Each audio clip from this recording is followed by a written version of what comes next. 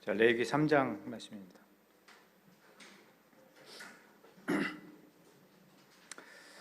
자, 1절부터 5절까지 제가 쭉 읽겠습니다. 짧으니까. 사람이 만일 화목제 제물을 예물로 드리되 서로 드리려면 수컷이나 암컷이나 흠없는 것으로 여호와 앞에 드릴지니 그 예물의 머리에 안수하고 회막문에서 잡을 것이요 아론의 자손 제사장들은 그 피를 제단 사방에 뿌릴 것이며 그는 또 그 화목제의 제물 중에서 여호와께 화제를 드릴지니 곧 내장에 덮인 기름과 내장에 붙은 모든 기름과 두 콩팥과 그 위에 기름 곧 허리 쪽에 있는 것과 간에 덮인 꺼풀을 콩팥과 함께 떼어낼 것이요 아론의 자손은 그것을 제단 위에 불 위에 있는 나무 위에 번제물 위에서 살을 지니 이는 화제라 여호와께 향기로운 냄새니라. 아멘. 자, 오전에 저희들이 번제에 대해서 메시지를 들었습니다. 두 번째로 중요한 제사가 화목제입니다. 자, 오늘 이제 화목제를 통해서도 더 많은 것들을 우리가 배울 수가 있고 깨달음을 얻을 수가 있습니다. 번제가 기본 제사니까 가장 중요하긴 합니다. 그러나 화목제가 우리 크리스천 삶에 주는 의미가 너무나 커요. 그래서 하나하나 우리가 살펴보는 시간을 갖도록 합니다.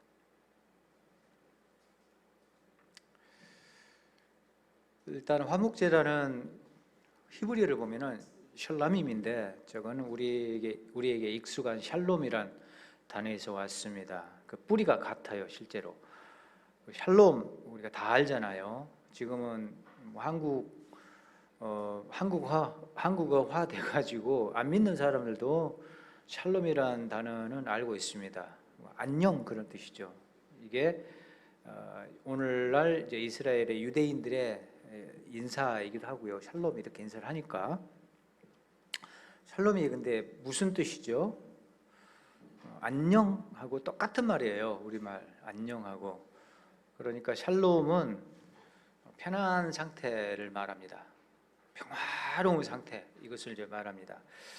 근데 이게 뭐 돈을 버는 것도 마음을 편하게 할 수도 있고 뭐 승진 잘하고 출세하고 아무튼 잘 나가면 인생이 잘 풀리면은 마음이 평안할 수가 있지만은 그런 외적인 것들이 다 잘 되고 번영한다 그래서 평화가 샬롬이 주어지는 건 아니죠. 뭐 잘 알잖아요. 그 재벌집에서 식구들끼리 티격태격 싸우고 하는 것들을 알 수가 있습니다. 샬롬이 없어요. 돈이 많지만. 자, 그런데 돈이 없어도 마른 생선 한 조각을 가지고도 그 가정이 화목하면 그 현장에는 이제 샬롬이 있고 그렇죠. 이것은 성경적 개념이기도 하고 또 우리 일반 사회의 사회적 통념으로도 상식의 어떤 가치관으로도 이거는 다 이해가 되는 거죠. 그 샬롬은 그러니까 보편적인 개념으로 편한 상태예요. 쉽게 말하면. 근데 마음을 편하게 해주는 것은 돈, 외적인 스펙 이런 것도 작용을 하긴 하지만 그거 본질은 아니죠. 그래서 샬롬은 한마디로 뭐냐면 좋은 관계예요. 좋은 관계. 관계가 좋으면 다 편해요. 다 좋고 다 행복합니다. 관계가 틀어지니까 힘든 거예요. 돈이 많아도 서로 시기질투 하니까 샬롬이 없는 것입니다. 그렇죠. 정확하게 이게 또 성경적 개념이기도 하고요. 그래서 화목제는 이 샬롬을 기뻐하는 제사다. 샬롬을 기념하는 제사다. 샬롬을 표현하는 제사다. 이렇게 이제 보시면 되겠습니다. 그래서 평화의 제사로 이제 주로 이제 많이 번역을 했죠. 영어는 피스 오퍼링으로 많이 이제 번역을 해 놨습니다. 대부분의 영어가 이제 안 됩니다. 피스 오퍼링으로 번역을 했는데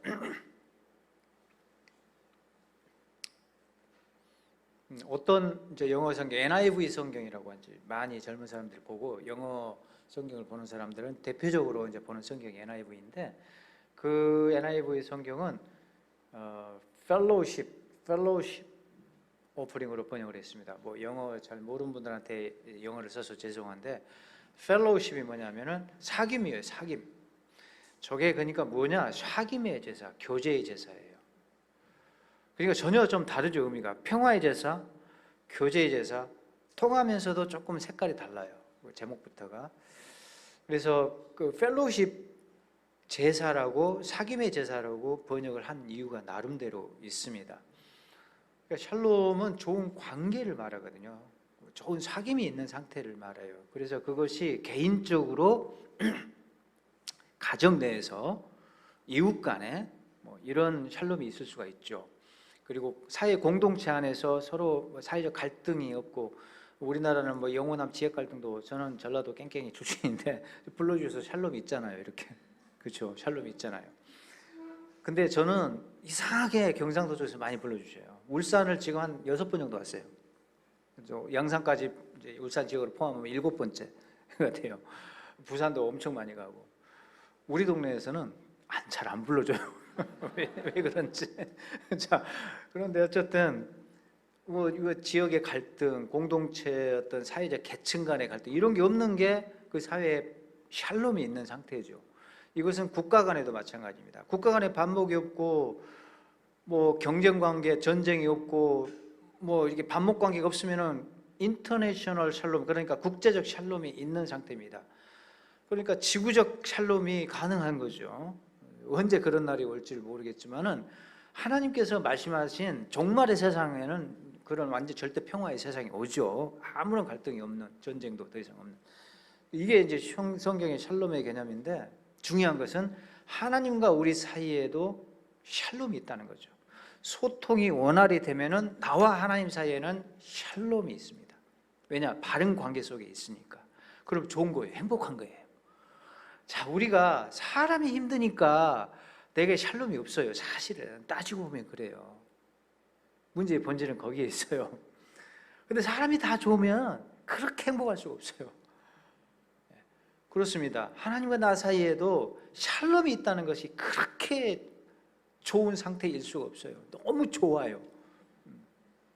자, 그것을 기뻐하는 제사가 샬롬의 제사, 화목제입니다.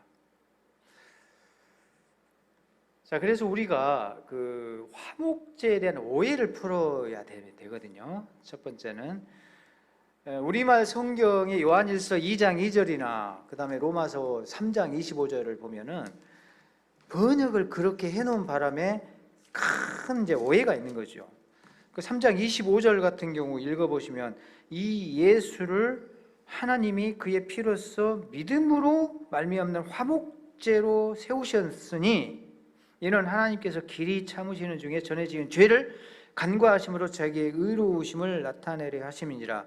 그러니까 우리가 죄를 지어서 하나님과 샬롬이 깨져버리는데, 반목관계에 있는데, 예수님 화목제물로 돌아가셔서 우리가 화해가 되었다, 이렇게 번역을 해놨어요. 그래서 화목제물로 그의 피로 말미암는, 그의 피로서 믿음으로 말미암는 화목제물로 세우셨으니, 이렇게 해서 화목제물이 되어 주셔가지고 우리와 하나님 사이가 화목이 되었다. 죄 문제가 해결되고, 그래서 화목제가 마치 죄를 해결하는 제사인 것처럼 이렇게 번역이 됐어요. 근데 요한일서 2장 2절도 마찬가지입니다. 불행히도 새로 번역된 개역 개정판, 몇 년 전에 번역된 새로 나온 번역도 똑같이 번역이 안 고쳐졌어요. 이게 잘못된 번역이에요. 화목제를 크게 오해하게 만들어요. 이것 때문에. 사실은 이 번역이 뭘로 바뀌어야 되냐면은, 믿음으로 말미암은 화목제물이 아니라 대속물로 세우셨으니, 이렇게 바뀌어야 됩니다. 대속물로 돌아가셔서 죄 문제가 해결되어서 하나님과 우리가 지금 화목게 되었어요. 그러니까 하나님과 우리 사이가 왜 힘드냐면, 죄 때문에 틀어졌기 때문에 힘들고 소통이 안 되고 샬롬이 깨져버렸거든요. 죄가 없어지면 돼요. 근데 죄를 없애는, 죄라는 장애물을 빼내는 제사는 속죄제거든요. 화목제가 아니에요. 속죄제예요.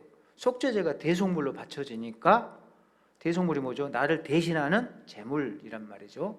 그 제물로 바쳐지니까 죄의 문제가 해결돼서 하나님과 내가 화목게 되는 거죠. 그러니까 하나님과 나 사이의 반목의 관계를 화목의 관계로 바꾸는 제사는 속죄제입니다. 그래서 대속물로 바꾸고 이 대속물이 사실은 속죄제를 의미해요. 헬라어 히브리 자꾸 말해서 죄송한데 헬라어로 보더라도 원어로 보더라도 이게 번역이 잘못됐고 전 세계에서 우리나라 성경만 화목제로 번역을 해놨어요. 이것을 헬라어로 보더라도 화목제가 될 수가 없어요. 그러니까 모든 영어 성경, 모든 다른 번역 성경은 단 한 권의 성경도 화목제물로 이 부분을 번역한 책이 지구상에 없습니다. 대한민국 성경만 화목제물로 지금 번역을 한 바람에 화목제에 대한 오해가 크게 오늘날까지 유통되고 있습니다. 그리고 성가곡까지 만들어지고 사랑하는 자들아 그 노래도 부르다 뒤에 화목제로 바치셨다 이게 나온 거 아시죠? 좀 저처럼 9세대는 다 성가대 띄어서 다 아시는데 신세대는 모르시지. 자, 그러니까 이거 뭐 성가도 부르고 다 그렇게 알고 있는데 화목제는 죄 때문에 바쳐서 예수님 화목제물로 돌아가셨기 때문에 우리가 하나님과 화목이 되었다. 화목제가 그런 제사다라고 생각하는데 전혀 다른 오해예요. 이건 전혀 잘못된 오해에 불과하고 그 기능은 속죄제가 하는 것이고 그래서 신약 성경을 두 군데를 대속물로 바꿔야 된다. 속죄제의 의미인 대속물입니다. 바꿔야 된다는 것이고 자 화목제단 이런 오해를 일단 풀고 일단 시작을 할 필요가 있어요.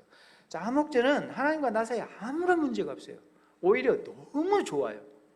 번제 드리는 것보다 더 좋아요.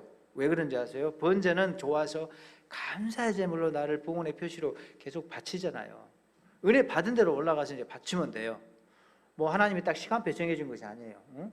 정례적으로 딱 날짜를 정기적으로 정해져 가지고 된 것도 아니고 자기가 일주일에 2번도 올라갈 수도 있고 또 뭐 바쁘면 한 달에 한 번 올라가도 되고 상관없습니다. 그거는 자발적 자율에 다 맡겼기 때문에 상관이 없는데 자, 기본적으로 좋으면은 감사하면 이제 이렇게 번제를 바치게끔 되어 있는데 더 좋으면 여기서 더 좋으면요 화목제까지 가게 돼 있어요. 왜냐? 내가 너무 좋아서 기뻐서 번제를 바쳐서 근데 주체가 안 돼. 한번 쏴야 돼 사람들한테. 그래서 제목처럼 불고기 파티를 한번 해야 돼. 그때 별도로 준비하는 제물이 화목제예요. 나눠 먹으려고 잔치하려고. 그러니까 화목제는 그 기쁨이 더 클 때 하나님과 나 사이가 좋은데 관계가 말할 수 없이 평화로울 때 샬롬이 가득 찰 때 바치는 것이 화목제란 말이죠. 그래서 이 화목제라는 말에 담긴 원어적 의미, 히브리어적 의미에는 샬롬의 제사라는 것은 말할 수 없이 하나님과 나 사이가 샬롬이 넘치니까 바치는 제사다 이런 개념이에요. 죄하고는 하등의 상관이 없어요. 그러니까 자 이해하셨죠? 자 이런 오해부터 우리가 이제 풀어야 되고 번제 소제와 더불어서 자발적 제사고요.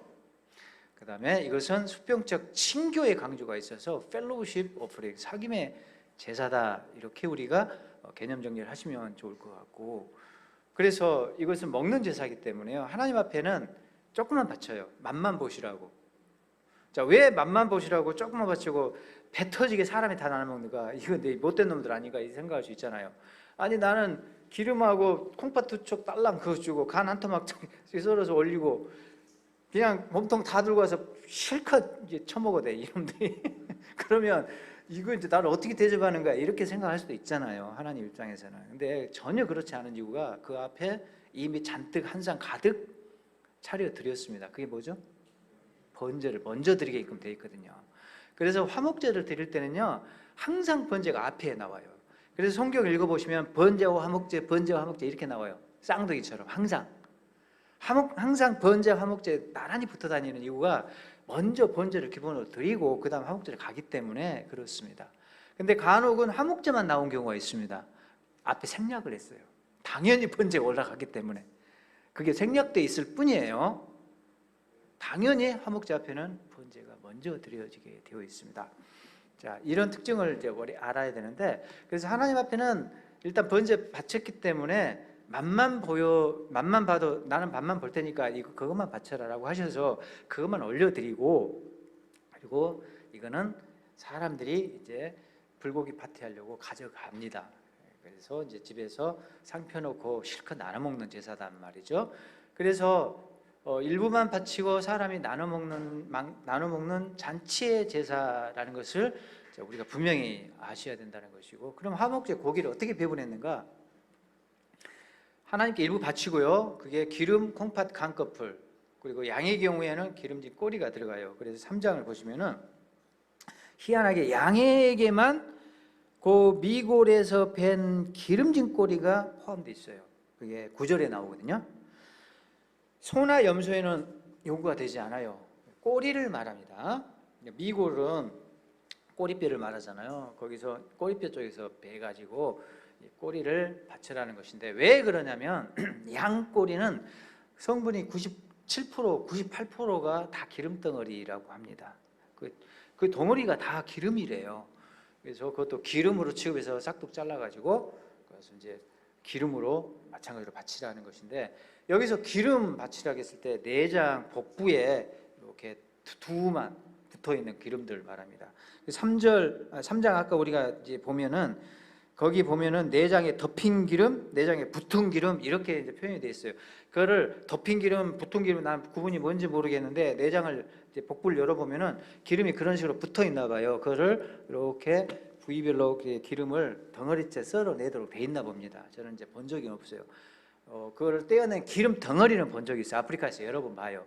이렇게 노상에서 이 사람들은 그런 뭐 좀 시골 가면은 그 법의 통제를 벗어나서 사람들이 가판에서 그냥 이렇게 노점에서 짐승을 자기 집 마당에서 잡아가지고 이렇게 팔아요. 근데 저 기름 덩어리를 이렇게 썰어가지고 덩어리째 이렇게 걸어놔요. 이렇게.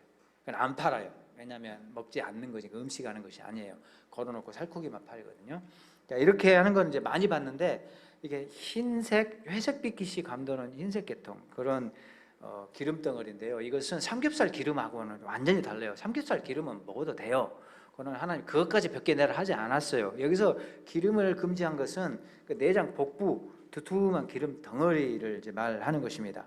그것을 이제 여기저기서 이제 도려내서 이제 바치라는 것인데, 그 기름 덩어리들입니다. 그거하고 그 다음에 그걸 썰어내다 보면은 콩팥이 깊숙이 들어가 있는 기름 덩어리가 있어요. 콩팥이 거기 묻혀 있어요. 그걸 떼서 콩팥을 거기에 기름 덩어리에 묻혀 있는데, 그거를 통째로 콩팥을 같이 바치라는 거죠. 콩팥 두 쪽, 쪼만해요 콩팥은. 그 다음에 이제 간에서 한꺼풀이에요. 간이 꺼풀. 그러니까 4절 보면은 그 간에 덮인 꺼풀 이렇게 돼 있어요. 간에 덮인 꺼풀을 콩팥과 함께 떼어내라 이렇게 돼 있는데, 간에 덮인 꺼풀이라니까 간 껍데기, 간 위에 얇은 막, 이걸 연상을 하거든요. 그거 벗겨내서 그거 바치는 게 무슨 의미가 있겠어요? 뭐 이거 웃기잖아요. 그래서 그게 이제 횡격막일 수 있어요. 좀 얇은 막인데 그 막을 마치 무슨 껍데기를 이렇게 벗겨서 이렇게 태워라라는 것으로 인식을 할 수가 있는데, 그래서 많은 영어 성경이 커버링 이렇게 돼 있어요. 커버링 위에 덮는 거 커버링으로 많이 돼 있어요. 근데 랍비들은 그렇게 안 봐요. 이 자기 문화를 정통으로 그래서 전수해서 그래서 잘 알고 있는 그 전래된 그 전통 속에서 이어져 온 이야기는 뭐냐면은 간의 한 토막이라는 거죠. 그럼 어느 한 토막이냐? 이것도 이제 성경에 안 나왔잖아요. 한 토막인데 안 나왔잖아요. 랍비들은 제일 중요한 부위 아니겠느냐? 간에서 제일 중요한 부위. 그래서 가운데 푹 들어가 있는 부분인데 그 부분이 이제 중심부인데 거기를 도려냈다고 이제 봐요. 그래서 한 토막만 이제 드렸다는 거죠. 그러니까 간에 덮인 커플보다도 간 한 토막 이렇게 이제 번역하는 것이 적절합니다. 자, 하나님 앞에는 요것만 드렸어요. 요것만. 간은 좀 두툼하지, 지방은 두툼하지만 쓸개 조만해요. 좀 요만하게밖에 안 돼요. 그 두 쪽, 간 한 토막. 딸랑 이것만 바쳐요. 이게 맛만 보는 식이죠. 그것만 바치고 나머지는 사람들이 다 가져갔어요. 그러면 이제 이걸 또 나눠요. 제사장님한테 7장에 나와요. 이제 고기 배분하는 거 뒤에 한 바퀴 더 돌리나 겠죠. 6장 7장에서 한 바퀴를 5대 제사를 더 돌려요. 그래서 이 제사 다 마쳤으면은 고기 이렇게 나눠 먹어라 이런 게 이제 뒤에 나와요. 7장에. 거기 보면은 가슴하고 오른쪽 뒷다리는 잘라서 제사장님 몫으로 드립니다. 제사장님도 먹고 살아야 되니까. 그러면 제사장님들이 이것을 또 나눠 먹어요. 혼자 먹는 게 아니라. 근데 이걸 집으로 가져가서 먹게 돼 있어요. 자, 다른 제물의 고기나 음식은 전부 성막에서 먹어요. 성전에서. 밖으로 반출하면 큰일 나요. 성물이니까. 근데 유일하게 화목제 제물은 집에 반드시 성막에서 먹으면 안 됩니다. 이거는 반드시 집에 가져가서 먹게 돼 있어요.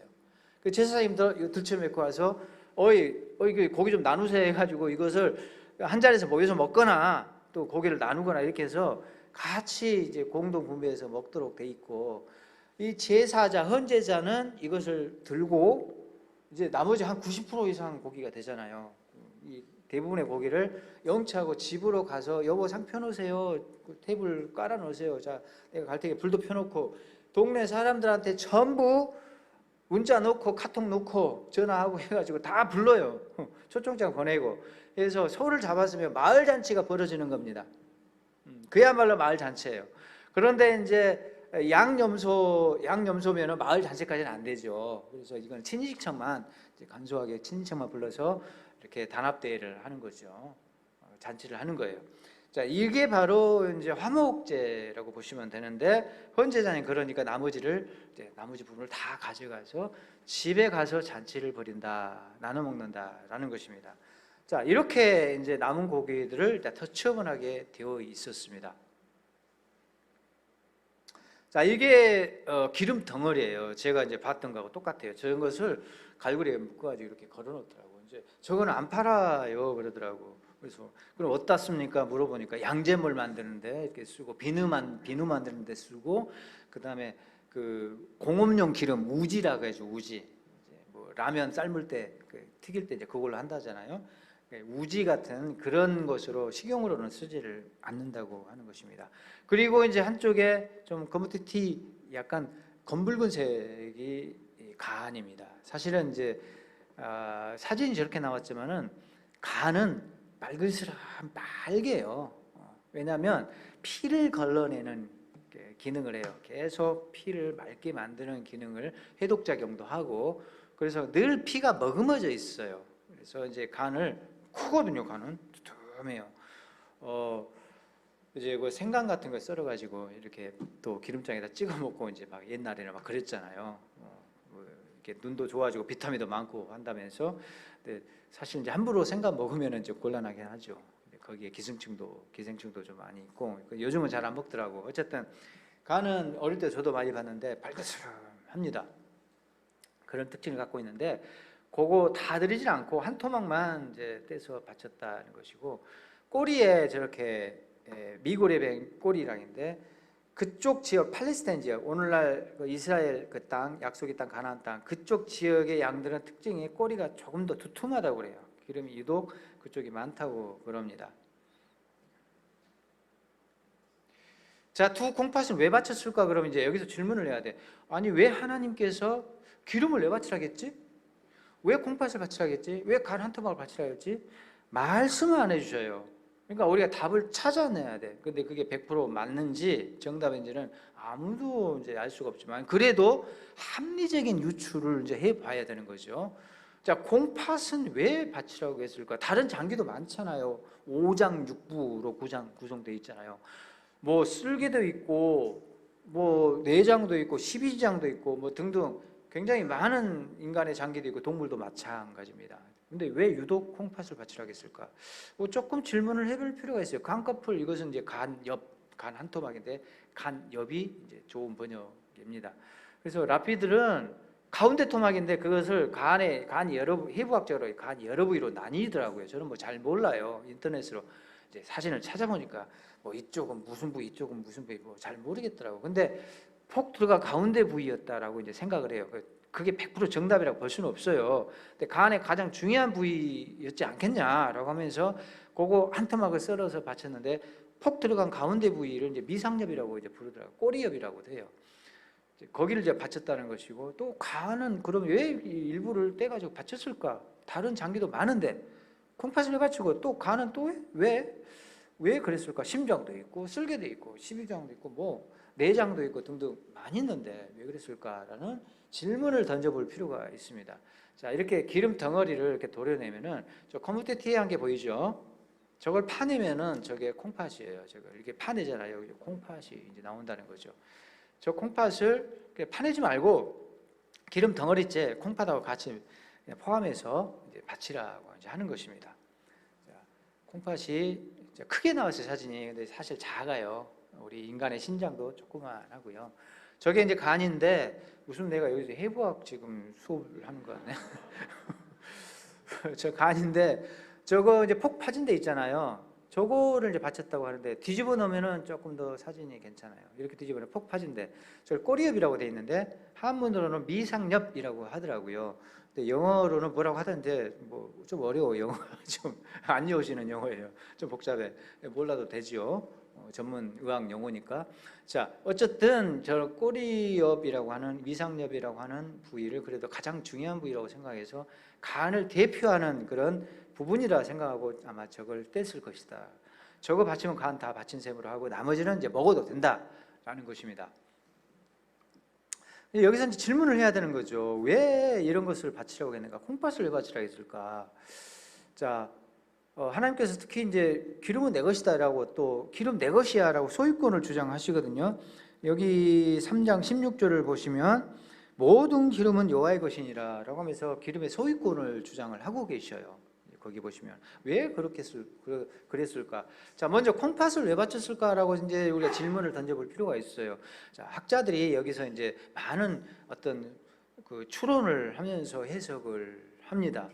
자, 많이 학자들이 끄덕끄덕하는 견해가 뭐냐면 콩팥이 감정의 자리, 감정이 자리 잡고 있는 자리, 감정이 응축돼 있는 그런 기관이다라고 주장을 해요. 그래서 특별했다. 그 동물의 감정, 자아가 이렇게 자리 잡고 있는 그런 기관이다. 감정 표출 기관이다.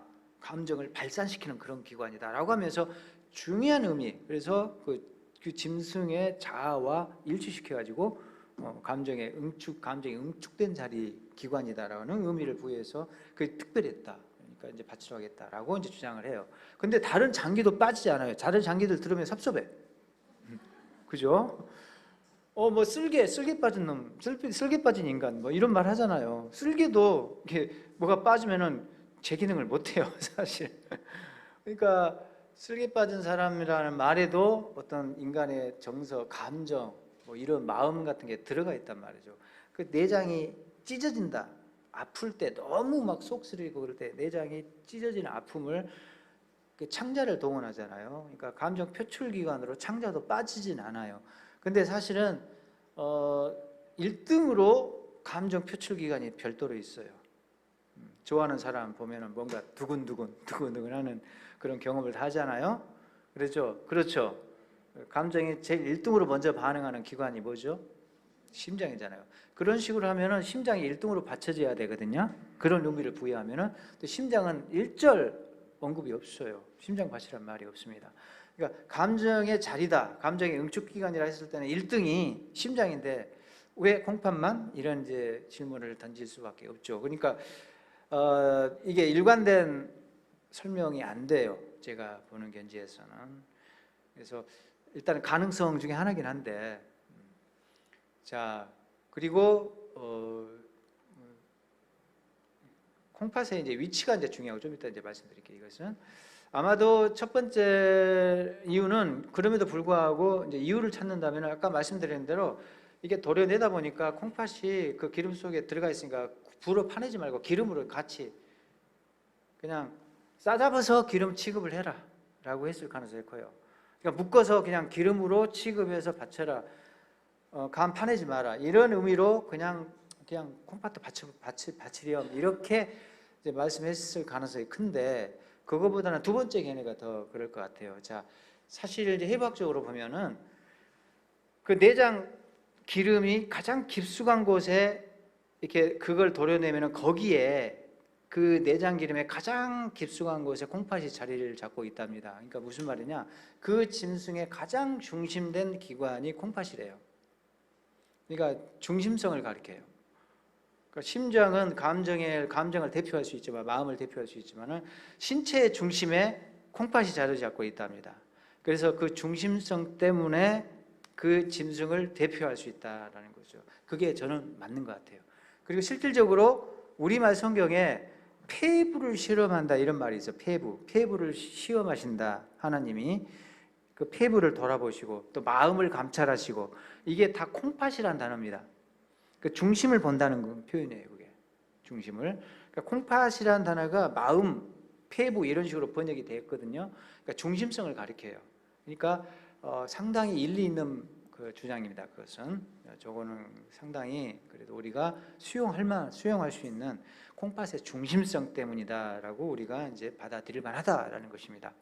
자, 어쨌든 콩팥은 저런 이유가 일단 설명이 될 수가 있습니다. 간엽을 바친 이유는 뭘까? 그러면 간을 한 토막을 왜 바쳤을까? 여기에 대해서도 견해가 좀 갈리는데요. 가장 첫 번째는 똑같이 콩팥처럼 이것도 간땡이가 부었네라고 하잖아. 간도 감정 표출 기관이고 감정의 자리다라는 거죠. 중요한 감정과 관련됐기 때문에 그렇다 이런 주장을 또 내놔요. 어쨌든 그런 식으로 하면 심장이 빠지면 안 돼. 그래서 이게 일관된 설명은 아니고 그래서 좀 깨우뚱할 수밖에 없는데요. 어쨌든 가능한 설명의 후보 중에 하나로 우리가 생각한다 손 치더라도 두 번째 견해를 그래서 사람들이 1번은 아닌 것 같다 해서 두 번째 견해로 많이 가요. 두 번째는 뭐냐면 두 번째는 간점을 방지하기 위해서 간점. 고대에 간점술이 너무 많이 유통됐거든요.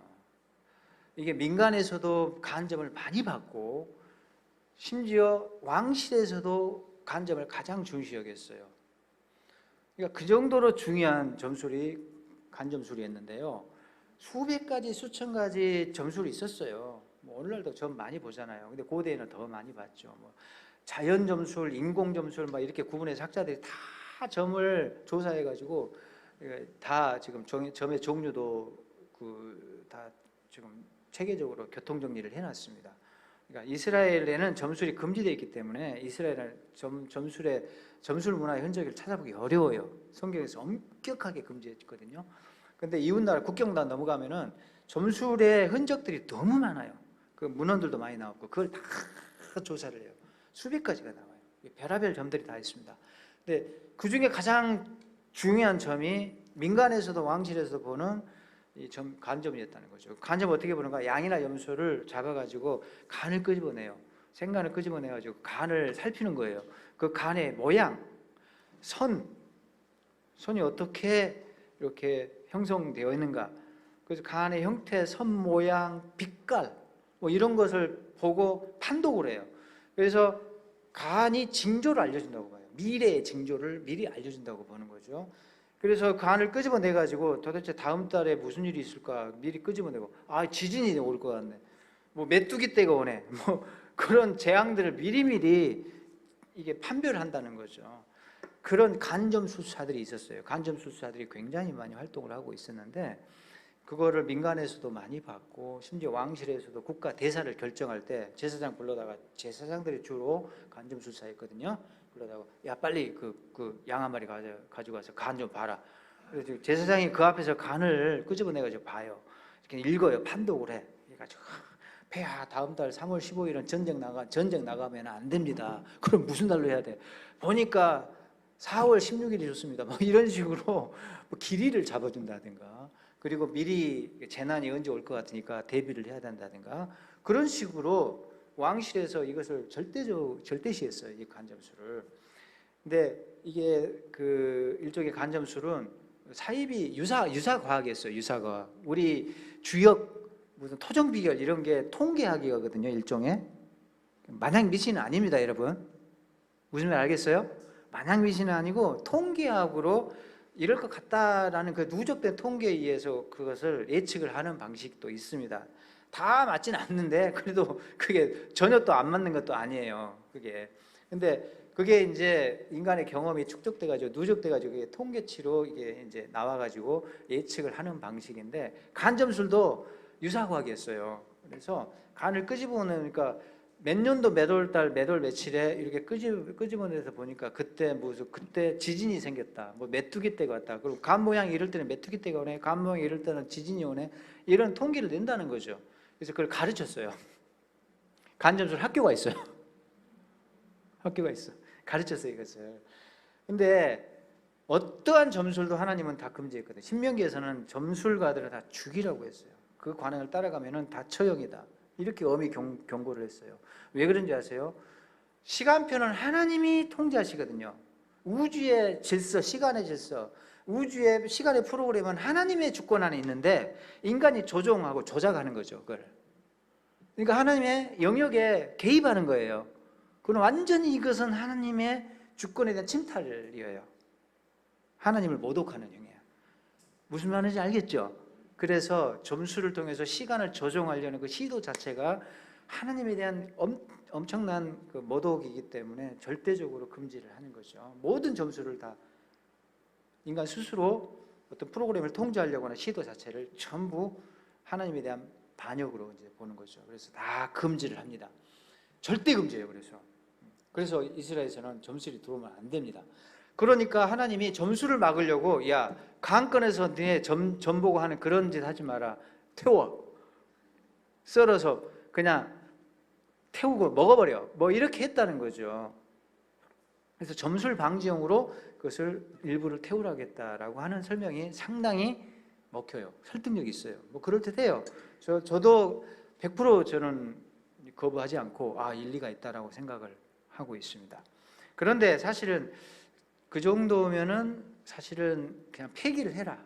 뭐 재단에 불어 태우라고 할 필요 없이 먹지 마라 한다든지 그거 그냥 썰어서 밖에 폐기해라 이렇게 하시지 불어 저걸 태우라고 했다는 것이 조금 좀 깨우뚱해요. 태우라고 할 때는 좋아서 태우는 것이고 의미가 있어 중요하니까 태우라고 하는 것이거든요. 그래서 저게 지금 나쁜 용도로 사용되는 것을 태우라고 불어 재단 위에 태우라고 했을까 왜 깨우뚱하는 점이 없잖아 있습니다. 저는 그래서 세 번째 견해를 조금 지지를 하는 편이에요. 이게 지금 간점술 학교에서 쓰던 간점 모형이에요. 점토판으로 적기를 만들어요. 그래서 간이 형태가 이렇게 되면은 지진화 뭐 이걸 이제 막 읽게 판독을 하게 하는 거예요.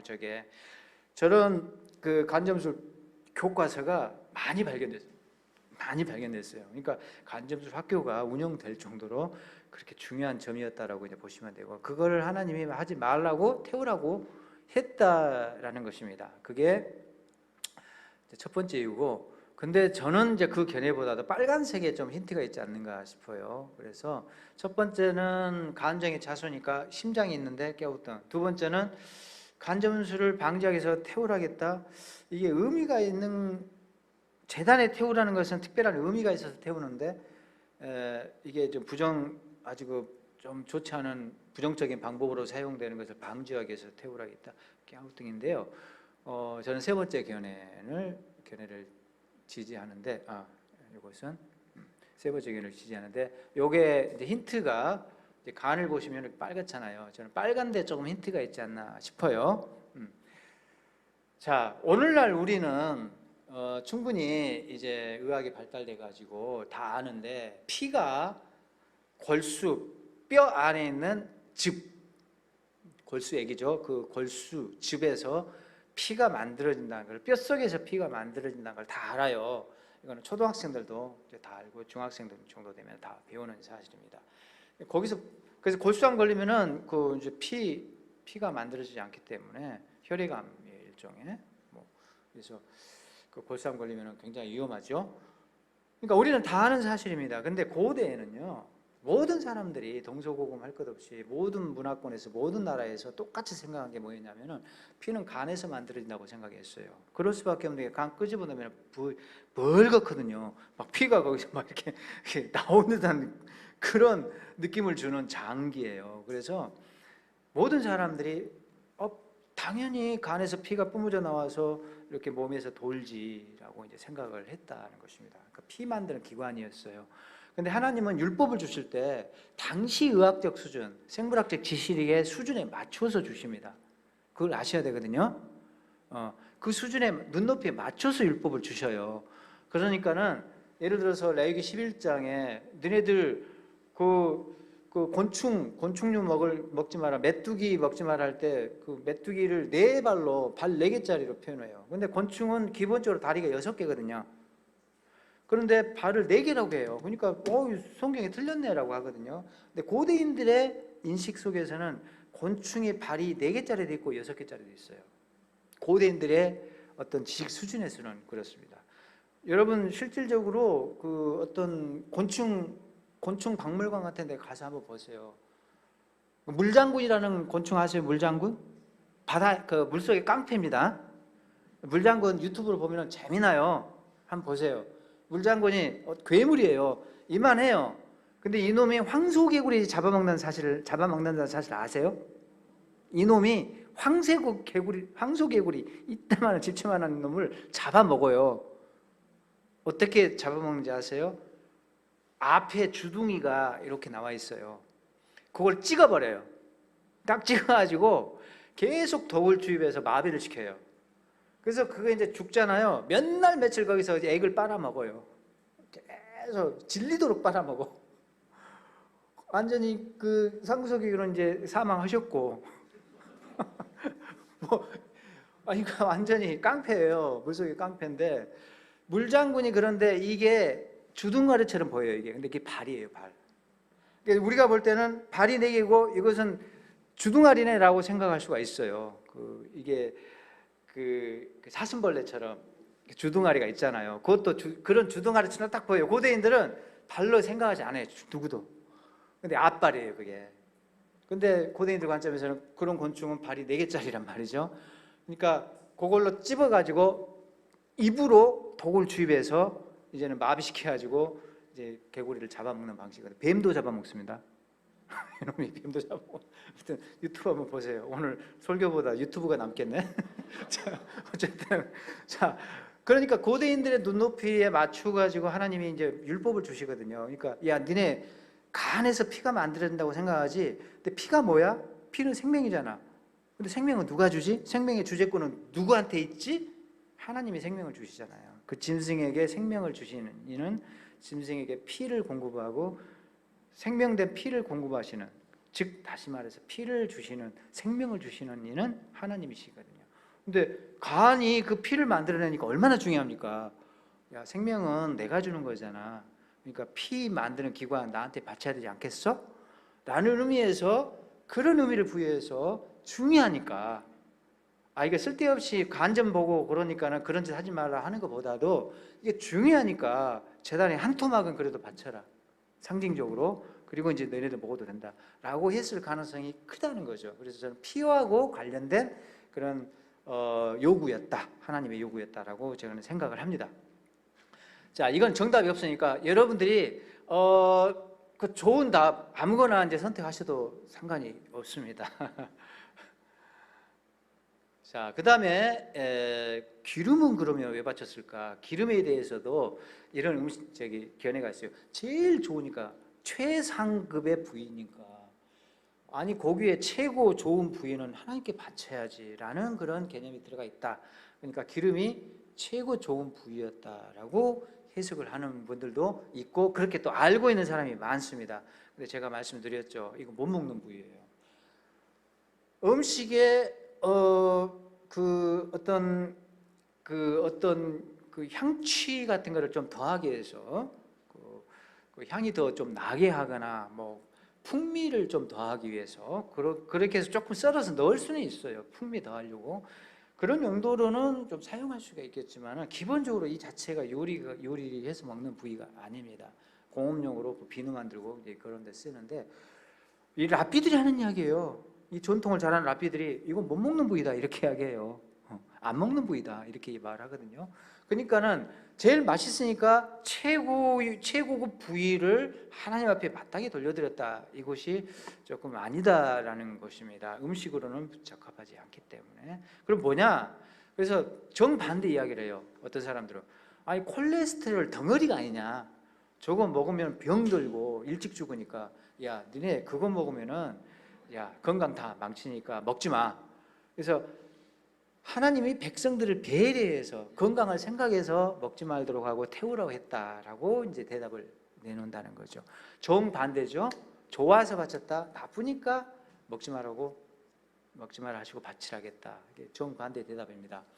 근데 이 말도 성립이 안 되는 이유가 두 가지가 있는데 콜레스테롤은 죄가 없습니다. 요즘은 콜레스테롤이 필수 영양소로 적정한 수준에서 먹으라고 권장해요. 많이 먹으니까 문제죠. 뭐든지 많이 먹으니까 문제죠. 그래서 콜레스테롤은 필수 영양소로 인체에 굉장히 중요합니다. 그래서 적정한 수준에서는 이제 드셔야 되거든요. 삼겹살 너무 미워하지 마시고 많이 드시기 바랍니다. 자, 그러니까 콜레스테롤에 대한 과거의 편견이 조금 있었어요. 무조건 나쁘니까, 그건 무조건 몸에 안 좋으니까 빼라고 했다. 자, 이 논리가 안 통한다는 것이고, 첫 번째는. 그 다음에 이제 두 번째가 있어요. 그 다음에 또 하나님이 아까 말씀드렸죠. 여기에 모든 기름은 여호와의 것이다. 소유권을 주장하거든요. 안 좋은 것을 소유권을 주장한다. 해로운 것을, 야, 그거 해로워, 태워, 그러면서 내 거야. 안 좋은 것을 소유권을 주장한다는 것은 조금 이상해요. 좋은 것을 소유권 주장해야지. 그래서 하나님이 이것을 소유권 주장했다는 측면에서 적절한 해석은 아닌 것 같아요. 제가 볼 땐 모순이에요. 그럼 정답은 뭔가? 옆 사람 얼굴 한번 보세요. 맛있겠지만 얼굴에 기름기 좀 흐릅니까? 옆 사람? 아, 요즘 얼굴에 기름 좀 바르고 다니네. 여기 덕담이에요. 기름기 흐른다. 우리도 이제 동료 목사들 만나면, 동기 목사들 만나면, 아, 이 김 목사 요즘 배 나왔네. 요즘 살만한가 보네. 목회 잘 되는가 보네. 덕담이에요.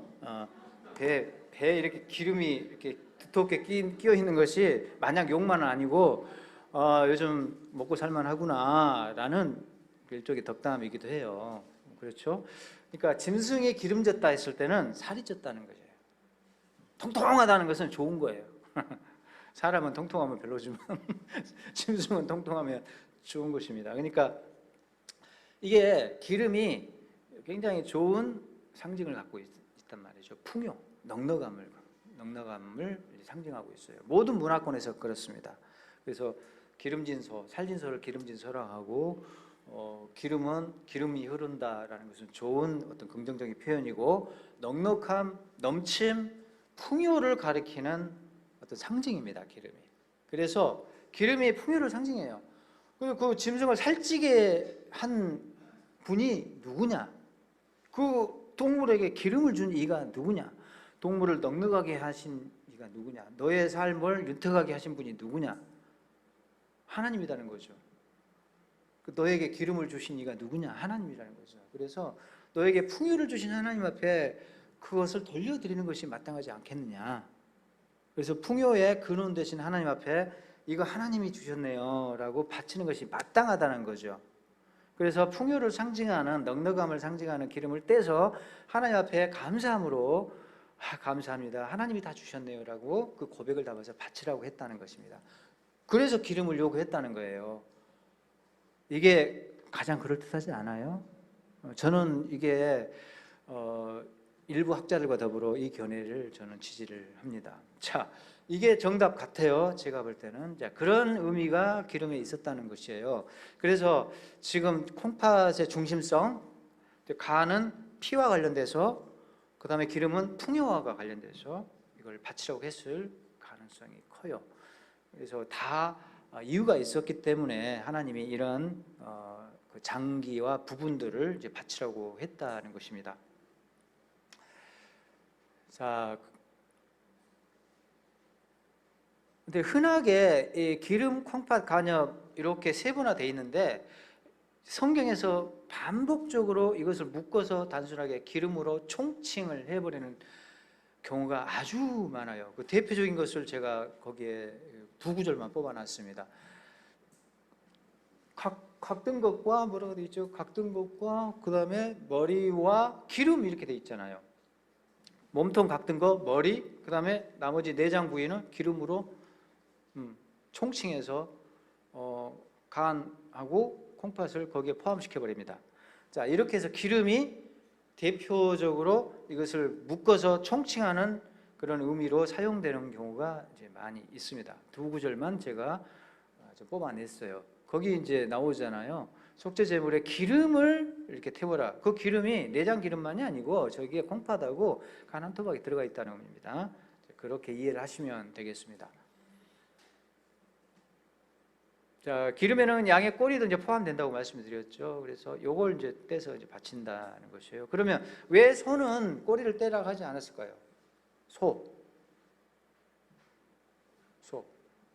소는 기름 덩어리가 아니고 아주 맛있는 부드러운 고기예요. 살코기란 말이죠. 그러니까 이건 기름이 아니에요. 최고급 고기 부위죠. 굉장히 맛있죠. 그래서 기름이 아니니까, 살코기니까 그것은 해당이 안 되고. 염소꼬리는 어디 갔죠? 염소꼬리는 말 그대로 쥐꼬리만 해요. 쥐꼬리만 해. 그러니까 가죽 벗길 때 딸려가 버릴 거예요, 이거는. 그거는 의미가 없어요. 그래서 양은 이제 꼬리가 두툼해가지고 저것은 특별하게 취급을 했습니다. 기름 덩어리 취급을 해가지고 저거 바쳐라라고 했는데, 저게 지금 양이 두툼한 편인데 팔레스타인 쪽의 양하고는 비교가 안 됩니다. 자, 거대 꼬리 양들이 가끔 있답니다. 자, 이런 양들이 있답니다. 이런 양들이 가끔 있대요. 근데 오늘날은 보기 힘들대요. 내 열심히 먹여놓으니까, 꼴 먹이고 사료 먹여놓으니까 다 그냥 꼬리로 가. 이게 굉장히 비효율적이죠. 그래서 요즘은 축산 기술이 발달돼 가지고 저런 양들을 보기가 힘든데, 한 100여 년, 80년, 100여 년 전만 해도 저런 양들이 있었다고 해요. 의심을 하는 분들이 있어요. 저 뽀샤바이냐. 그래서 제가 사진을 준비해 왔습니다. 한 80년 전에 이제 사진인데, 흑백 사진 시대죠. 그때는 저렇게 실질적으로 그 지역에 저런 양들이 있었다고 그래요. 근데 고대 기록에도 나와요, 이게.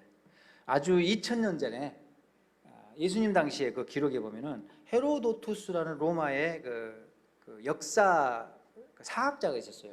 근데 그 사람이 각 지역들을 돌아다니면서 역사 기록을 하는 사람이거든요. 그러니까 로마 전체의 기록을 해야 되니까 변방에 이스라엘도 방문을 해야죠. 역사 기록자니까. 그래서 날 잡아서 그 변방에 조그만 꼬맹이 나라 이스라엘에 이제 방문을 했어요.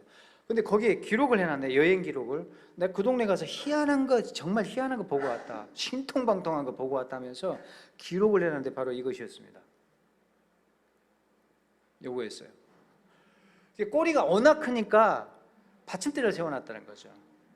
이 받침대를 세운 이유가 있어요. 무거우니까, 첫 번째. 두 번째는 이렇게 두툼한 꼬리를 끌고 다니면은 이제 어떻게 되겠어요? 쓸리잖아요. 피가 나. 얼마나 고통스러워.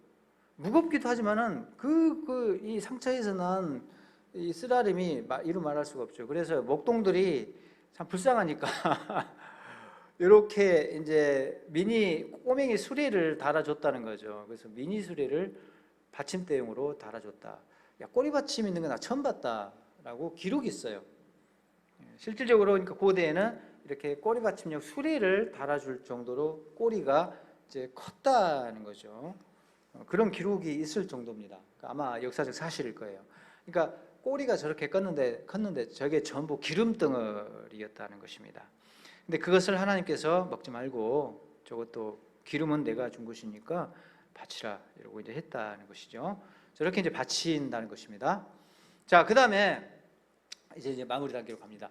자, 종류가 화목제가 또 세 종류가 있어요. 이것도 7장 가서 알려줘요. 자, 3장에서는 화목제 바치는 제사 절차, 예배 규범만 이제 알려주시고 예배 순서만 알려주시고 언제 어떤 경우 또 어떤 종류의 화목제가 있는지, 언제 어떤 경우에 어떤 화목제를 바쳐야 될지 그걸 알려주세요. 세 가지 경우가 있습니다. 첫 번째는 감사의 화목제가 있었어요. 자, 이 감사의 화목제는 뭐냐? 감사가 너무 커요. 특별 감사예요, 이것은. 특별 감사. 이제 죽었다가 살아난 그런 은혜. 병석에서 사형 선고를 3개월 시한부 선고를 받았는데 벌떡 일어난 그 은혜. 말로 표현할 수가 없죠. 뭐 비교할 수가 없죠. 그리고 전쟁터에서 심한 거 엄청난 이 격전이 벌어졌는데 총알이 막 이렇게 비껴 나가고 귀를 스쳐가고 막 구사일생으로 살아 돌아왔어요. 극적으로 살아왔어요. 말로도 할 수 없는 은혜잖아요. 뭐 그런 정도의 특별한 감사입니다. 자, 그럴 때는 감사의 화목제를 바쳤어요. 특별 감사했어요. 그래서 이제 7장 보시면은 한 줄로밖에 안 나와요. 이것이 자세한 설명이 없어요. 자세한 설명이 없고 7장 보시면 거기에 13절 그 몇 절 나오나요? 자, 이게 11절부터 16절에 쭉 나오거든요. 그게 이제 감사함으로 드리려면 이게 감사의 화목제예요. 자, 12절 감사함으로 드리려면 감사 화목제고, 그 다음에 16절 가면은 15절까지는 감사 화목제에 대한 이제 화목제에 대한 어떤 일반적인 설명들을 다 거기서 설명을 다 하고, 이 감사로 바치는 화목제를 어떻게 지금 고기는 유통기한이 어떻게 되고 등등을 설명을 하고, 16절 보면은 서원제나 자원제 이렇게 좀 두 가지가 다 같이 동시에 나와요. 그러니까 세 종류예요. 감사함으로 드리는 것, 16절에 서원에서 드리는 것, 자원에서 드리는 것, 세 종류가 있습니다. 자, 이렇게 글자가 막 나열되어 있으면은 이게 그룹별로 종류별로 이렇게 구분이 안 돼요. 근데 제가 지금 세 가지로 딱 뽑아서 분류를 해 놓으니까 12절부터 16절, 15절까지랑 감사의 화목제네, 16절은 한 구절밖에 안 되지만 서원의 화목제와 자원의 화목제네, 이렇게 알 수가 있죠. 그죠? 그러니까 세 종류예요. 자, 첫 번째는 감사의 화목제인데, 여기 사례는 안 나왔지만 전통적으로 유대인들은 유대 전통 속에서 이 감사를 특별 감사로 취급하고, 아까 제가 말씀드린 구사일성의 은혜입니다. 그런 은혜, 그 정도 수준의 은혜였을 때 이 감사의 화목제를 바치게 되어 있습니다. 자, 그런데 이것은 유통기한이 거기 나와 있어요. 감사함으로 드리는 화목제물의 고기는 15절, 드리는 그날 당일에 다 먹어야 돼요. 조금이라도 이튿날 두 번째 날에 안 먹을 수 없어요. 그러니까 유통기한이 불과 하루밖에 안 돼요. 너무 짧아. 하루밖에 안 돼요. 이게 무슨 의미가 있느냐? 감사가 최고 높을 때, 정말 특별 감사의 잔치를 할 때 질질 끌지 말고 그날 화끈하게 냉장고에 있는 고기 다 끄집어내가지고 다 베풀고 그냥 실컷 먹고 짠 하고 그날 당일로 이제 끝내라. 그래서 하루밖에 안 줘요. 이것은 하루밖에. 자, 그 다음에 그러면 서원의 화목제라는 게 있습니다. 서원의 화목제가 있어요. 서원제라고 있어요. 서원의 화목제인데 이거 뭐냐? 서원할 때 이 제물을 바치는 것이 아니에요. 이게 오해하시면 안 돼요. 하나님, 내가 이렇게 하겠습니다. 제물 드리고 약속합니다. 이게 아니에요. 자, 이것은 뭐냐? 내가 소원을 했잖아요. 그러면 소원을 했는데 소원 기도를 했어. 하나님이 이렇게 해주시면 내가 이렇게 하겠습니다. 이런 게 소원 기도예요. 여러분, 서약 기도하고 소원 기도가 달라요. 서약은 뭐냐? 이거 맹세예요. 그러니까 조건 안 걸어요. 내가 이제부터 이렇게 하겠습니다. 내가 이제부터 10의 2조를 1년 동안 하겠습니다. 10의 2조를 내가 그냥 하나님 앞에 맹세한 거예요. 이건 서약이에요. 서약. 근데 서원은 뭐냐?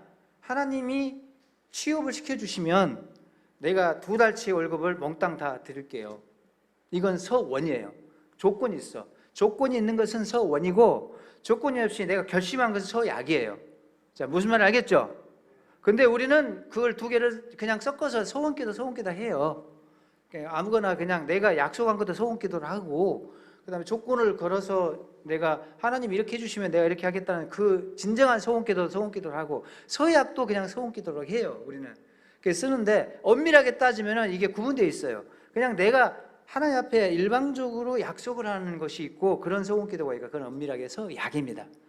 성경에서 맹세라고 불렀어요. 이걸 맹세. 성경에서는 맹세 이렇게 되게 나오거든요. 성경에서 맹세로 번역을 많이 해놨고, 서원은 말 그대로 히브리어가 달라요. 이게 서약 맹세는 쉐부아라는 거고, 히브리어는 서원은 네데르라고, 히브리어 자체가 달라요.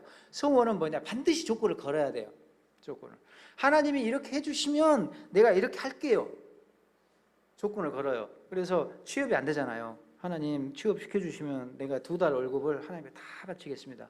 취업시켜줬어. 그러면 내가 약속한 걸 이행해야 되잖아요. 무슨 말 알겠죠? 그게 서원의 이행이에요. 그게 서원 이행.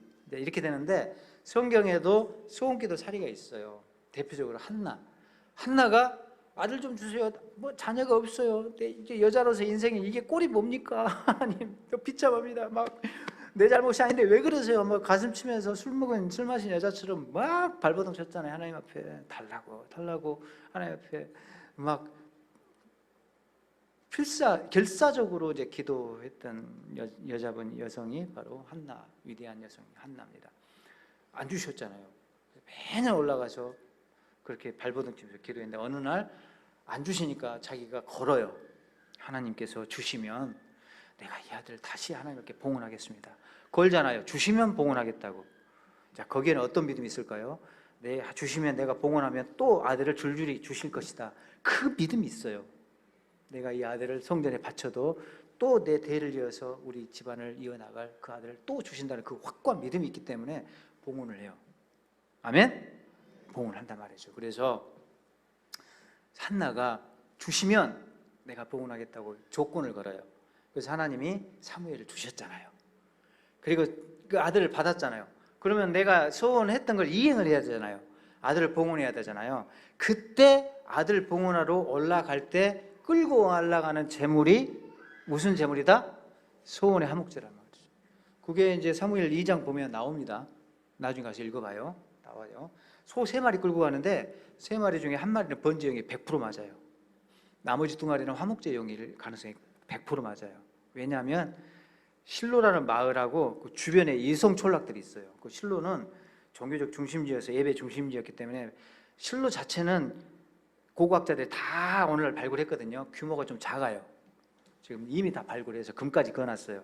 규모가 좀 작은데 여기가 신앙의 종교적 중심, 예배 중심지였기 때문에 수도 없는 사람들이 몰려왔어요. 북적북적해. 그 이성 촌락들이 많아요. 그 마을 사람들, 이성 촌락 사람들 다 잔치하려면은 소 2마리는 있어야 돼요. 그래서 3마리를 끌고 올라가는데 100% 이것은 소원의 화목제용이었습니다. 자, 그렇게 소원의 기도가 이루어졌을 때, 응답이 되었을 때 소원을 이행하기 위해서 바치는 화목제가 소원의 화목제였다는 것입니다. 자, 이것도 경산 안 내죠. 근데 특별 감사보다는 분명히 이것도 엄청난 사건인데 구사일생 극적인 어떤 생존, 내 생명이 끊어지는 상황에서 구해 주신 하나님의 은혜, 그 특별 은혜보다는 조금 감사의 정도가 낮다라고 우리가 평가를 할 수가 있어요. 대단한 사건이긴 하지만, 자, 어쨌든 그래서 이것은 이틀 동안 먹으라고 그래요. 감사의 정도가 좀 낮기 때문에 그런 것 같아요, 제가 볼 때. 그래서 하루 먹고 그다음에 거기에 좀 남은 거 그냥 다음 날도 먹어도 된다. 그래서 남은 거는 다음 날도 먹어도 뭐 괜찮도록 이틀간의 유통기한을 줍니다. 이것은. 그래서 소원의 화목제라는 것은 그런 소원 기도와 관련돼서 이제 바친다는 것이고, 한나의 기도가 대표적이고, 마지막에 자원의 화목제가 있어요. 이것은 우리 성경에서 자꾸 낙헌제물 이렇게 번역돼 있어요. 어디는 똑같은 말인데 소원이라고 해놓고 소원의 제물, 다른 데 보면은 똑같은 히브리 말인데 낙헌이라고 해놨어요. 여러분, 낙헌 나오면요 요거라고 생각하시면 돼요. 낙헌 거니까 별도로 다른 제물이 있는 것처럼 생각하는데 이게 소원의 제물이에요. 이 번역을 일관성 있게 해야 되는데 좀 아쉬워. 그래서 같은 거예요. 소원과 낙헌은 같은 건데, 이건 뭐냐? 이거는 아무 뭐 특별한 은혜가 있는 게 은혜 받은 일이 없어요. 특별 감사도 없고, 무슨 내가 소원 기도에 응답된 것도 없고, 무슨 갑자기 뭐 좋은 일이 생긴 것도 아니에요. 그런데 그냥 좋아. 그냥 뭐 은혜가 느껴져. 여러분 그런 경험 없어요? 뭐 어느 날 운전을 하고 가는데 찬양을 듣다가 눈물이 핑 돌아요.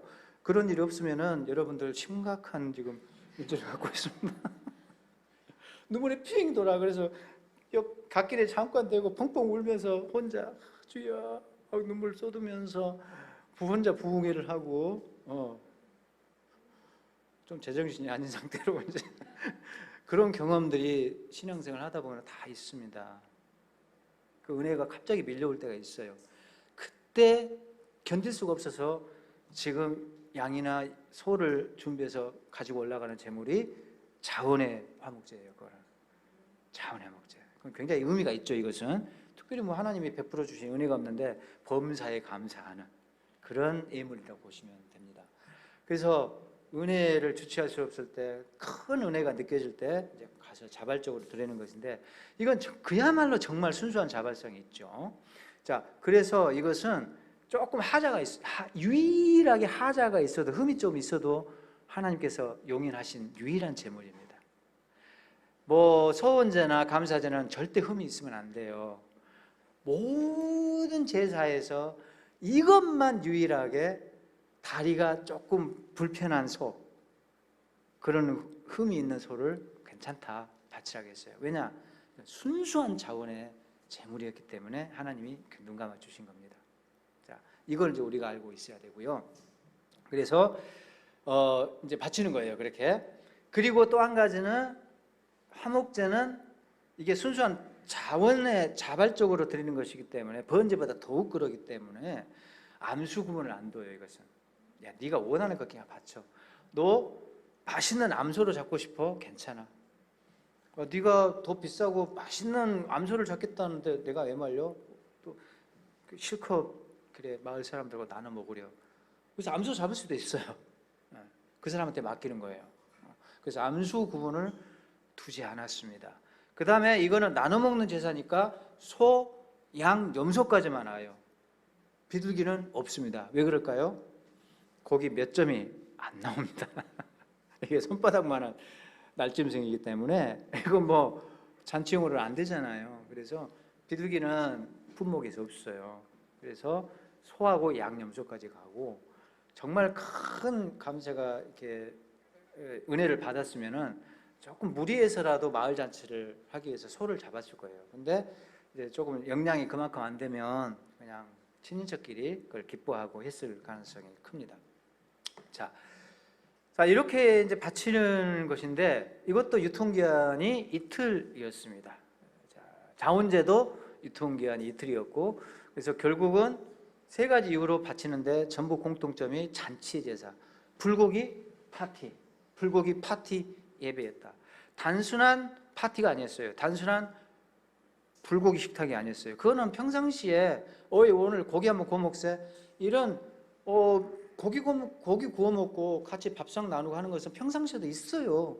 근데 이것은 예배를 위한 식탁이기 때문에 특별한 영적 사귐을 위한 불고기 파티였다.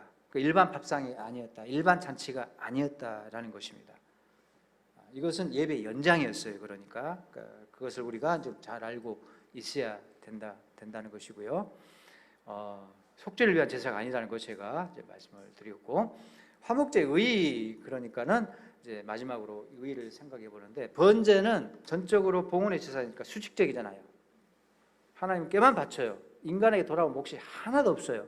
그러니까 수직적으로 소통을 위한 거예요. 하나님과 나만의 1대1의 사귐이에요. 수직적으로. 그런데 전혀 반대로 화목제는 수평적 나눔이에요. 하나님 앞에는 상징적으로 맛만 보도록 일부만 드리고 일단 번제 수직적으로 드렸으니까 나머지를 전부 나눠 먹기 위해서 바치는 제사, 수평적 예배를 위해서, 수평적 사귐을 위해서 바치는 제사가 화목제라는 거죠. 그러니까 자동적으로 십자가가 그려집니다. 이렇게 십자가가 그려지죠. 그래서 예배는 십자가 예배다. 저는 이렇게 이제 타이틀을 붙여보고 싶은 마음이 있다는 거죠. 자, 그러니까 십자가 예배잖아요. 십자가는 또 뭐죠? 그리스도가 흘리신 보혈이잖아요. 속죄제가 자동으로 들어가죠. 자, 이렇게 수직적으로 수평적으로 만들다 보니까 우리 예배에는 속죄제 요소도 있어야 된다는 거죠. 번제 요소 있어야 되고요. 또 수평적인 나눔의 수평적인 요소도 있어야 되고 자동적으로 그리스도의 피의 예배, 속죄제 예배가 자동적으로 여기는 또 들어갈 수밖에 없습니다. 그래서 십자가 예배 다 우리가 이제 기억하셔야 되고, 자, 중요한 거는 수익적인 거는 우리가 잘 알아요. 훈련도 많이 받았고, 근데 화목제에 대한 훈련은 조금 부족해요, 우리가. 그래서 저도 어릴 때 이제 중학교 때부터 신앙생활했는데 여러 번 담임 목사님한테 지적받았던 것이 단체로 지적받고 하는 것이 중고등부 예배 시간에 누구 생일이라고 박수 치잖아요. 그러면 담임 목사님이 따가지고 바로 여러분들 그래요. 중고등부 예배 시간에 들어오셔가지고 여러분들 그래요. 아이고 목사님, 이놈들아 예배 시간에는 사람한테 박수 치는 게 아니야 막 그래. 그런 훈련 안 받으셨어요 혹시? 다 좋은 교회만 다니셨네. 저는 이제 어릴 때 그런 훈련을 받았어요. 사람한테 박수, 예배 시간에 사람한테 박수 치는 게 아니다. 사람한테 영광 돌리는 것이다. 예배는 하나님께만 예배 영광 돌려야 되는데, 그래서 그게 그런가 보다라고 이제 그런 훈련을 받았는데 그게 잘못되고 나쁘다는 게 아니에요. 그렇게 우리 이제 목사님이 저를 이제 키워주신 신앙을 키워주시는 목사님들이 하나님께 그만큼 집중하라고 훈련을 시켰죠. 그만큼 하나님을 잘 섬겨야 된다는 거죠. 굉장히 좋은 훈련을 받았습니다. 근데 박수 쳐도 된다는 거죠. 나중에 보니까 이게 화목제라는 거죠. 그래서 성가대 잘하면 막 박수도 쳐주고, 어떤 사람은 성가대 끝나고 막 박수니까 지금 우리가 오케스트라 공연 왔습니까? 막 눈알을 벌리면서 오케스트라 공연 왔습니까? 하면서 막 따지는 분도 있어요. 이해는 가요. 전적으로 하나님 앞에 집중해야 되는데 왜 사람한테 영광 돌리고, 이해는 가는데 박수 쳐도 괜찮다는 거죠. 왜 그랬어요? 왜 그래요? 그 시간에 하나님도 같이 박수 치거든. 잘했다. 하나님도 박수 쳐주시거든. 이해가 되시죠? 그러니까 박수 쳐도 괜찮다는 거죠. 이게 사실은 화목제 요소예요. 그래서 예배 시간에 짧지만 뭐 생일 축하하고 무슨 뭐 슬픈 일은 또 같이 슬퍼하고 좋은 일은 같이 기뻐하고 이런 것을 우리가 나누거든요. 예배 시간 짧지만 5분밖에 못해요. 그래서 짧아도 예배 시간에 그 수평적 나눔의 요소가 너무나 중요하다는 거죠. 성도의 사귐과 결속을 위해서 너무너무 중요하다는 것입니다. 자, 이게 이제 화목제의 의의라고 볼 수가 있고요. 그리고 이 화목제가 우리 교회 안에 울타리에서만 머물면 안 됩니다. 그러니까 예배 시간 끝나고 밥 먹고 하는 것도 전부 화목제의 연장이라고 보시면 돼요. 이게 예배 연장으로 화목제 사귐이 계속 이어진다라고 생각하시고, 밥상을 이제는 여러분들이 교회에서 접하더라도 의미를 좀 부여하세요. 이 밥이 보통 밥은 아니다. 그냥 식당에서 먹는 밥하고 좀 다르구나.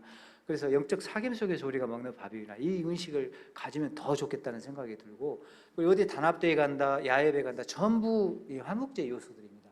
사귐을 위한 것이니까. 자, 이해가 되시죠? 네. 그래서 화목제는 하나님과 우리 사이가 화해하기 위해서 바치는 제사는 아닌데, 너무 좋아서 감사해서 바치는데, 사람 사이에서는 화목의 단결의 효과가 자동적으로 생깁니다. 사귐의 효과가 생겨요. 이해가 되시죠? 결속의 효과가 생겨요. 그래서 감사의 화목제 같은 경우는 너무 큰 감사잖아요. 내가 죽었다 살아났단 말이죠. 전쟁터에서 혼자 돌아왔단 말이죠. 그러면요, 다른 일들이 시시해 보여요. 여행 갔다가 내가 우여곡절 끝에 강도 만나가지고 산적대 만나가지고 다 털릴 뻔했는데, 옆에 지나가는 군대가 갑자기 우연히 지나가다가 저놈들 뭐야 하고 다 쫓아줬어요. 그 사람들 아니죠. 다 털리고 내 목도 보장이 안 돼. 갑자기 하나님이 군대를 보내가지고 내가 지금 살아 돌아왔단 말이죠. 어마어마한 사건이잖아요. 그러니까 그럴 때는 이런 큰 일을 겪고 나면은 사소한 감정이 째째해 보여요. 그래서 마을에 돌아오면은 내가 우리 김 집사님하고 왜 이게 얼굴 붉히고 그랬지? 카톡 넣어요. 그냥 집사님 나 여기 왔는데 이게 화목제 지금 우리 불고기 파티 하는데 오세요. 초청을 보내는 거죠. 그러면 자동적으로 감정이 누그러져 버립니다. 이쪽에서 풀면 저쪽에서 더 풀게 되는 것이고, 그런 사귐과 회복, 단합의 효과가 이건 생깁니다. 인간 사이에서는. 근데 하나님과 나 사이가 단합하기 위해서 뭐 이렇게 화해하기 위해서 바치는 제사는 절대 아닙니다. 그러니까 화목제는 사람을 위한 제사예요. 전적으로 정말로. 그래서 우리의 사귐이 더 깊어지고 하나로 결속되고 하기 위해서 화목제의 정신을 잊어버리면 안 됩니다. 교회 안에서 화목제를 놓쳐버리면 그 교회 잘 안 돌아갑니다. 잘 되는 교회는 특징은요, 여기에 화목제가 풍성해요. 화목제가. 아멘. 자, 그래서 화목제가 얼마나 중요한지 우리가 새삼스럽게 다시 깨달았으면 하는 그런 바람이 있네요. 그래서 이 화목제 정신이 우리 안에서만 머무르면 안 되고 교회 울타리를 넘어서 지역으로 이제 흘러가야 됩니다. 구제도 많이 해야 되고, 또 어려운 사람들을 우리가 찾아서 형편이 되는 대로 우리가 그분들을 돕고 하는 이런 일들을 이제 교회가 감당해야 될 줄로 믿습니다. 자, 여러분 교회가 화목제가 넘치는, 그래서 기쁨이 주체할 수 없이 막 이제 풍성한 그런 교회가 되기를 주의 이름으로 축원드립니다. 여러분의 교회 저는 기대가 큽니다. 좋은 소문을 듣게 되기를, 좋은 소식을 듣게 되기를 계속 기도하고 있겠습니다.